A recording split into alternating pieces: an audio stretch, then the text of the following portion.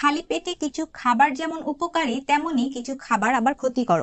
আমরা না জেনেই অনেক সময় সেসব খাবার খেয়ে ফেলি, যার কারণে শরীরে দেখা দেয় নানান সমস্যা। তাই নিজের শরীরের সুস্থতার জন্য জানা থাকা চাই কোন খাবারগুলো খালি পেটে খাওয়া মোটেও ঠিক নয়।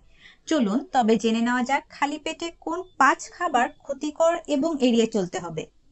মশলাদার খাবার। মশলাদার খাবার সকালে খাওয়া একেবারেই ঠিক নয়।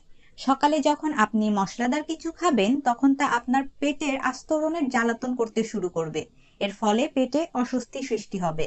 এ ধরনের সমস্যা এড়াতে পেট ঠান্ডা রাখে এমন খাবার খেতে হবে। সকালে খালি পেটে সেসব ধরনের মশলাদার খাবার এড়িয়ে চলার চেষ্টা করুন। চিনিযুক্ত খাবার। আপনি কি সকালের নাস্তায় প্যানকেক এবং ওয়াফেলের মতো চিনিযুক্ত খাবার খেয়ে থাকেন? যদি তাই হয়, তাহলে এ ধরনের অভ্যাস এখনই ত্যাগ করতে হবে।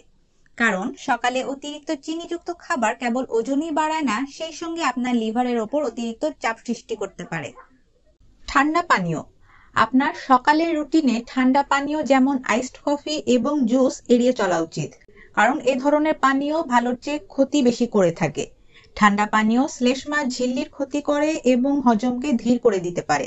তাই সকালে ফ্রিজের ঠান্ডা পানি সবসময় বাদ দেওয়া উচিত। সাইট্রাস ফল। সকালে সাইট্রাস ফল খেতে ভালোবাসেন? আপনার এ ধরনের ফল খাওয়া থেকে বিরত থাকা উচিত, কারণ এ ধরনের ফল আপনার পেটে অ্যাসিডের মাত্রা বাড়িয়ে তুলতে পারে।